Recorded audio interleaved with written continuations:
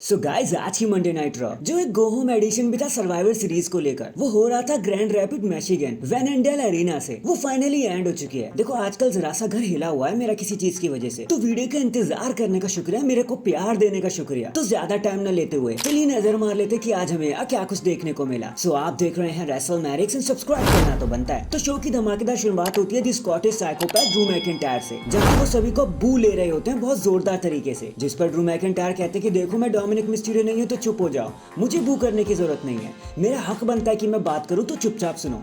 Drew McIntyre कहते हैं कि मैंने ना तब झूठ बोला था और ना मैं आज झूठ कहूंगा। अगर तुम मेरे सच्चे फैन होते ना तो तुमने मेरा साथ दिया होता हर जगह पर, और जिस तरीके से तुम बिहेव कर रहे हो मुझे नहीं लगता कि तुम फर्स्ट प्लेस पर भी कभी मेरे फैन थे। देखो तुम्हें क्या लगता है मैंने जजमेंट डे को ज्वाइन कर लिया? मैंने किसी को ज्वाइन नहीं किया, बल्कि टीम में मैं सिर्फ इसलिए हूँ ताकि मुझे जेउसो को मजा चखाने का मौका मिल सके, ताकि वो एक केज में मेरे साथ फंस जाए। अब इसी के बाद वहाँ पर जेउसो आ जाते हैं और वो कहते हैं यार बहुत हो गई बातें, तूने कितनी बार मुझे परेशान कर लिया, मेरे को टाइटल कॉस्ट भी करवा दिया टैग टीम वाला, तो चल अब खेल खत्म ही कर देते हैं। जिसके बाद वहाँ पर जजमेंट डे और पूरी टीम कोडी रोड्स आ जाती है, लेकिन एडम पियर्स कुछ होने नहीं देते, रोक देते हैं और वो कहते हैं कि ना ना आज कोई नहीं लड़ेगा और तुम टीम कोडी तुम्हें शांत बैठने की जरूरत नहीं है। सर्वाइवर सीरीज इसी सैटरडे को होने वाला है और तुम्हें इस नाइट को एंड होते होते मुझे बता देना है कि तुम्हारी तरफ से कौन लड़ने वाला है। जिसके बाद जेउसो अटैक करने का तो सोचते हैं लेकिन वो करते नहीं है और ये सेगमेंट यहीं पर खत्म हो जाता है। इसके बाद हमें नाइट का सबसे पहला मैच दिखाया जाता है Nia Jax versus Raquel Rodriguez के बीच में, जहाँ हैवी मोमेंटम के चलते नाया जैक्स बड़े ही डोमिनेट करते अपनी मैच को जीत जाती है। इसके बाद हमें बेकी लिंच वर्सेस ज़ाया ली के बीच में भी एक मैच देखने को मिलता है। ज़ाया ली ने अपनी पूरी कोशिश कर दी लेकिन हमेशा बेकी लिंच उससे एक कदम आगे ही रहती है एंड वो मैच को बड़ी आसानी से जीत जाती है एज एक्सपेक्टेड। इसके बाद मैच एंड होते ही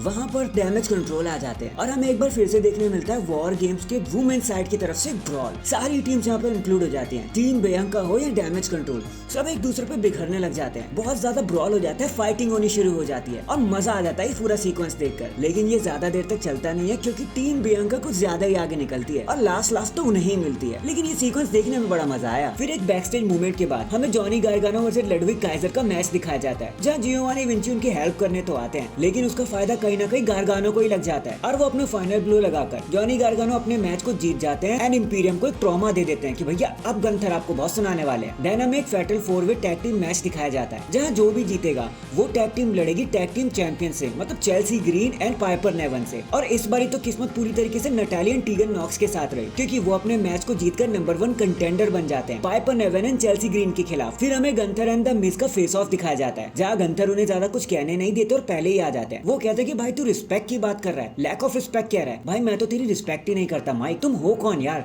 सिर्फ एक इंटरटेनर, तुम पे अपना टाइम वेस्ट क्यों करूं मैं? जिस पर मिस कहते हैं कि यार मैं एक इंटरटेनर हूँ और मुझे गर्व है इस चीज पर और मैं इसीलिए 20 सालों से इस कंपनी में काम कर रहा हूँ। तुम्हें क्या पता है Shawn Michael, Mister Perfect, Randy Savage, ये सब भी इंटरकॉन्टिनेंटल चैंपियन थे और हॉल ऑफ फेमर है। और हालांकि तुम भी इंटरकॉन्टिनेंटल चैंपियन हो लेकिन तुम्हारी कभी कोई बात नहीं की जाएगी क्योंकि तुम एक रोबोट हो गंथर, और इसीलिए सिर्फ रेंडी सैवेज, शॉन माइकल्स, इन्हीं बड़े स्टार की बात होती है, तुम्हारी कभी नहीं होगी, भले चाहे तुम लॉन्गेस्ट चैंपियन क्यों नहीं हो। गंथर कहते हैं यार ये भी काफी इंटरटेनिंग है, वही सेम ओल्ड फैशन वाली बात है, लेकिन कोई ना, तू मुझे भी देखकर अम्यूज करेगा एक दिन, यही तो तू करता है। मिस कहते हैं कि सुनो इस सैटरडे मैं तुम्हें हरा दूंगा और बन जाऊंगा 9 टाइम इंटरकॉन्टिनेंटल चैंपियन।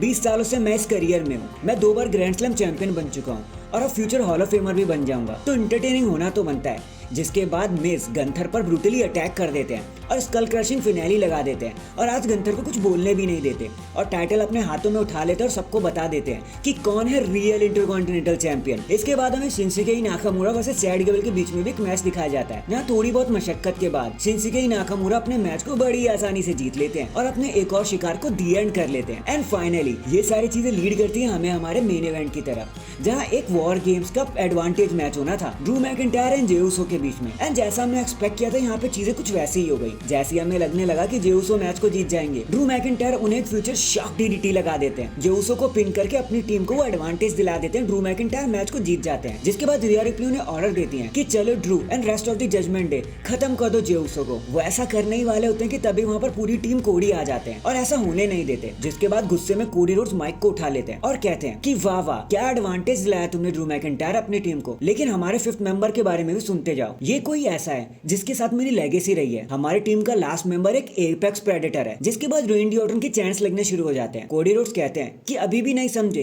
लेकिन कोई बात नहीं, डब्ल्यूडब्ल्यूई यूनिवर्स को समझना चाहिए और वो समझ ही चुके हैं कि वो पर्सन कौन है, क्योंकि उस पर्सन को वॉइस से सुनने की बहुत आदत है, जिस पर हम सभी को कंफर्म हो जाता है कि वो फिफ्थ मेंबर और कोई नहीं बल्कि द वाइपर रेंडी ऑर्टन ही है। एंड इसी के साथ सीएम पंक के रूमर यहीं पर डेड एंड हो जाते हैं और अब उनकी बातें कभी होंगी भी नहीं। एंड डैंग, इसी के साथ हमारी आज की मंडे नाइट रॉ यहीं पर एंड हो जाती है। वैसे आपको आज के शो के बारे में क्या कहना था, कमेंट करके जरूर बताना। एंड चैनल पर नया है तो चैनल को जल्दी से लाइक एंड सब्सक्राइब कर दो। बाकी मैं मिलता हूँ आपसे किसी और अपडेट के साथ, तब तक के लिए अपना ख्याल रखें और खुश रहें।